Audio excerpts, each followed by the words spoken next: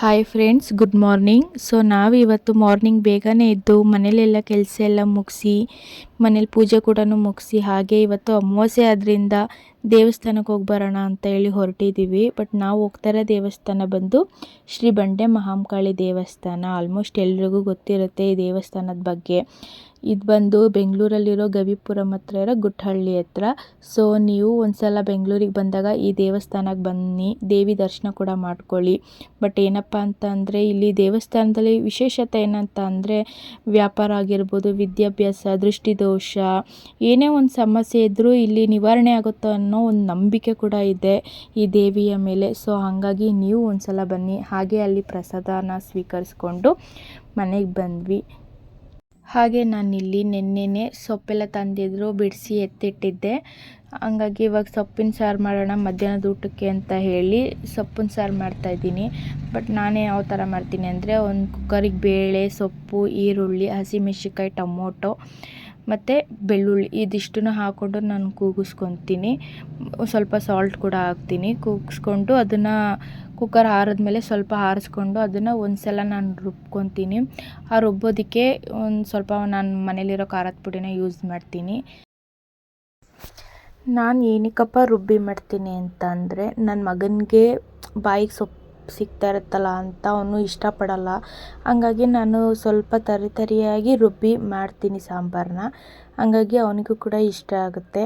Okay, ಸಾಂಬಾರೆಲ್ಲ ಮಳ್ಳದ ಮೇಲೆ ನಾನು ಸ್ವಲ್ಪ ಸಾಲ್ಟನ್ನು ಹಾಕ್ಕೊಂಡು, ಹಾಗೆ ನಾನು ಹುಣ್ಸೆಹಣ್ಣು ನೀರನ್ನು ಕೂಡ ಹಾಕೋತೀನಿ. ಸೊಪ್ಪು ಸಾಂಬಾರಿಗೆ ಸ್ವಲ್ಪ ಹುಳಿ ಇದ್ದರೆ ತುಂಬಾ ಚೆನ್ನಾಗಿರುತ್ತೆ. ಹಾಗೆ ನಾನು ಆಲೂಗೆಡ್ಡೆ, ಬದನೆಕಾಯಿ ಕೂಡ ಹಾಕೋತೀನಿ. ಹಾಗೆ ಸಾಂಬಾರು ಕೂಡ ರೆಡಿ ಆಯಿತು. ಕೆಲವರು ಅವರೆಕಾಯಿ ಕೂಡ ಹಾಕ್ಕೊತಾರೆ, ಚೆನ್ನಾಗಿರುತ್ತೆ ಸೊಪ್ಪು ಸಾಂಬಾರಿಗೆ.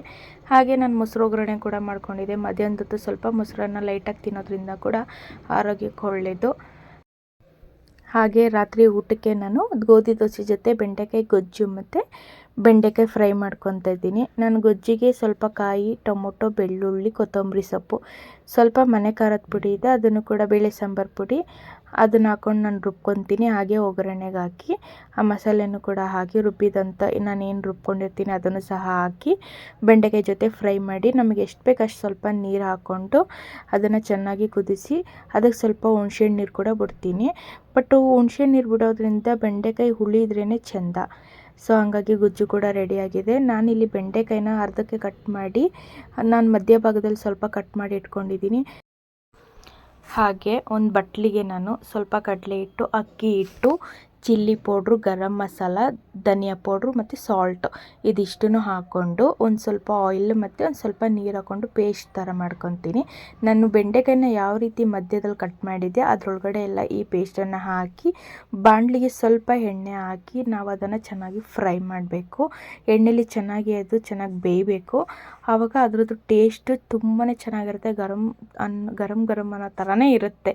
ನೀವು ಒಂದ್ಸಲ ಈ ರೆಸಿಪಿನ ಟ್ರೈ ಮಾಡಿ. ಇವತ್ತಿಂದು ರಾತ್ರಿ ಊಟ ಈ ರೀತಿ ಇತ್ತು. ಸೊ ನಿಮಗೆ ಇಷ್ಟ ಆಗುತ್ತೆ ಅಂತ ನಾನು ಅಂದ್ಕೊಂಡಿರ್ತೀನಿ. ಇನ್ನೂ ಯಾರೆಲ್ಲ ನನ್ನ ಚಾನಲ್ಗೆ ಸಬ್ಸ್ಕ್ರೈಬ್ ಆಗಿಲ್ಲ ಆದಷ್ಟು ಬೇಗ ಸಬ್ಸ್ಕ್ರೈಬ್ ಆಗಿ ಲೈಕ್ ಮಾಡೋದನ್ನು ಮರಿಬೇಡಿ. Thank you.